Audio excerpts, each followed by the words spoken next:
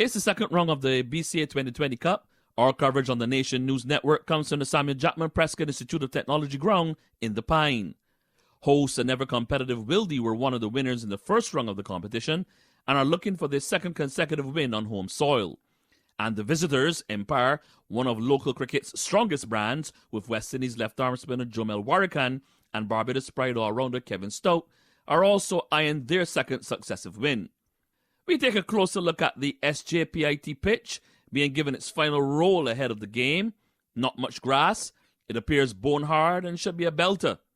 A bit of work for the ground staff before the start to put down some drying agent around the outfield, which was soft in parts inside the inner circle because of rain during the past week. The two captains, Kofi Hurdle of Empire and Carlos Maynard of Wildey, they were joined by match referee Sherlock Wald for the toss, which was won by Empire, and they chose to bat. Wildey players led by Maynard take to the field for play. Empire openers Cheyenne Brathwaite and Jabari Yard follow them closely. We pick up play in the second over, a close call for Yard early on against Shaquem Clark. He's the son of deceased Barbados and West Indies fast bowler Sylvester Clark. The opening boundary of the match for Brathwaite off Pius Emilian, an enterprising stroke. A few balls later, Emilian gets the wicket of Yard, caught at extra cover by Aaron Jones, who survived the collision of a teammate to complete the dismissal. The typically aggressive Brathwaite with a big hit for his second boundary, this time off Clark to keep things moving. Early confidence for Kevin Stout with an attractive straight six off Emilian into the jungle behind the fence on the northern side of the ground. But Empire will struggle to score runs on this day, and left-arm pacer Jerome Jones has Stout bowled to keep up the pressure. A tame end to the Empire innings, Shakib Marshall run out off the last ball to leave his side singing the blues, and a paltry total of 104 for 5 from their 20 overs. Long-standing supporter Kipling Warden between the Empire faithful watching the proceedings. The Empire players take the field and upbeat, though they will be forced to defend a small total. Openers Craig St. Hill and Zachary McCaskey looking to give Wildey a strong start to their chase of a small target. But Jaden Edmonds strikes an early blow for Empire when he has McCaskey caught by Siobhan Brooks inside the mid-wicket boundary. Edmund follows up with the scalp of St. Hill caught in the slits by Warrican next ball, and all of a sudden, a small total begins to look like a mountain for Wildey. National selector Ryan Hines in attendance among the Empire faithful taking refuge from the sun. But Aaron Jones with this six off Barbados pride left-arm spinner Kamari Boyce, and Wildey captain Carlos Maynard put the home team on track for victory with a solid third-wicket stand. Things began to fall apart for Wildey when Boyce bowled Maynard in the 17th over. It came down to 5 runs needed from the final over for Wildey to win, and Kevin Stout struck with the first ball to remove Shane Paris. Stout with the wicket of Jerome Jones bowled 2 balls later to increase the tension in the closing over, and with scores level, Desmond Currency stumped off Stout. The match is tied, and it's super over time. A 6 for Aaron Jones gets Wildey off the mark in the super over, bowled by Stout for Empire. And this boundary for Maynard means Empire will have to chase 14 for victory in the super over. The visitors mustered just 5 runs off their super over, which was bowled by left-arm pacer Jerome Jones for Wildey, and the home team claims victory, much to the relief of their captain, Carlos Maynard. It was a bit nerve-wracking there at the end, but it's still good that we were able to come over on the winning side today.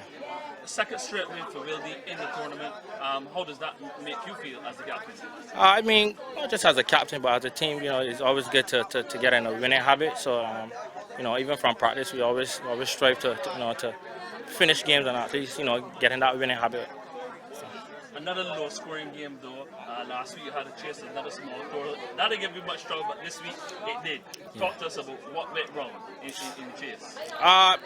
The pitch was slow throughout the game, so it made it a little bit hard, on the batsman to get away the ball. And obviously the outfield was a little slow, but today we probably didn't bat good in the middle overs. After Aaron got out and myself, we didn't really get going. We didn't really get a lot of singles, so I guess that made it a lot harder coming on the end.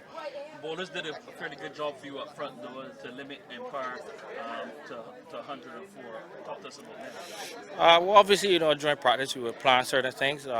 Today we realized early that the wicket would have been a lot slower, so cutters and bowling the wicket would have been key for us, and obviously it proved dividends today.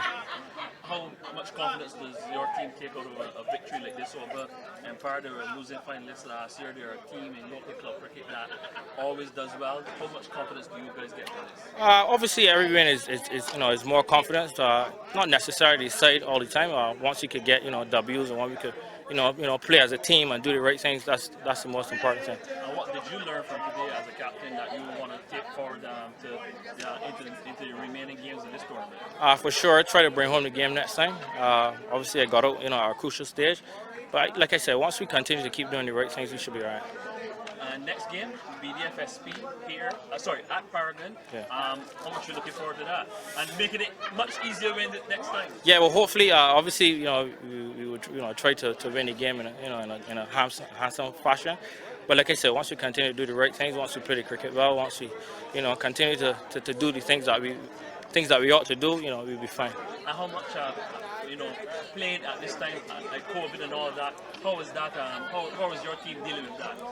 Well, obviously, it's a little different. A lot of protocols, to do, a lot of things to go through.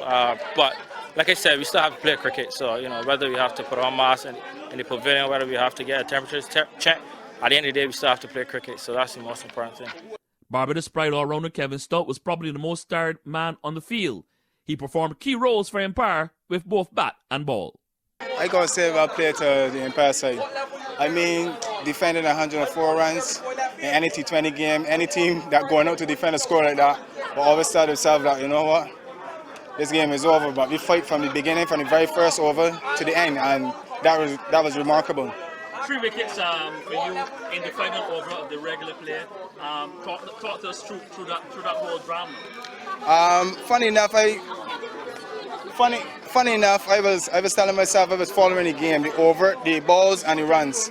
And I was saying to myself, Kevin, if this game comes down that these guys want 8 runs off the last over, this could be a funny game. It worked out to be 5 runs in the last over, and basically playing on the pitch. I mean, when you pitch back, the ball was holding up a lot. So I just told myself, you know what, I'm focused on trying to back pitch the ball. And that worked out well for me because batters were playing way too early, and which allowed me to get the 3 wickets. On the competition, Stout says he felt a different format that allowed young players in particular to develop their skills should have been considered. For me, I think T20 cricket, if you're trying to develop Barbados cricket, I know people want cricket to play, but for me, I think it would be better off to play even a 40-over competition. Because when you watch intermediate cricket, intermediate is 30 overs a side, isn't it? So why can't we come and do that same here? Because it's the same Saturday, the same one day, the same rules, the same guidelines set by the government, and then we get a longer day of cricket, because that's the only way we're going to help develop young cricketers in the Caribbean. I've been working on Kensington Oval for the past couple of months with the Barbados franchise because I'm heading over to Windward Islands, and the work we've been putting in at the Oval is fantastic.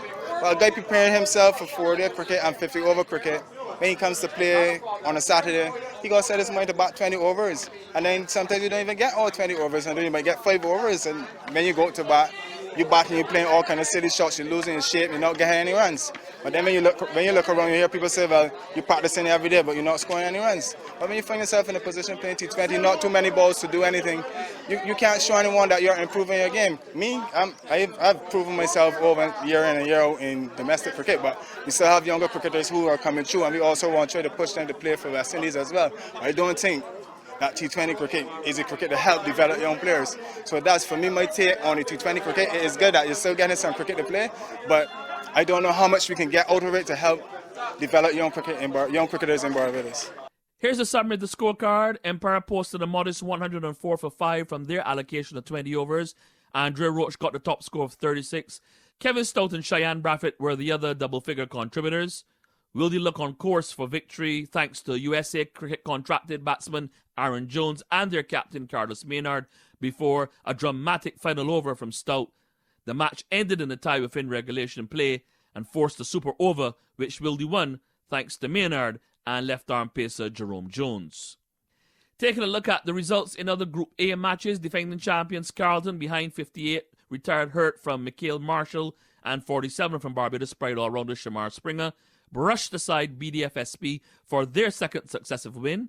Shakir Paris made 62 and Kevin Wickham got 59 to set up Barbados Youth A for an easy win over Foundation.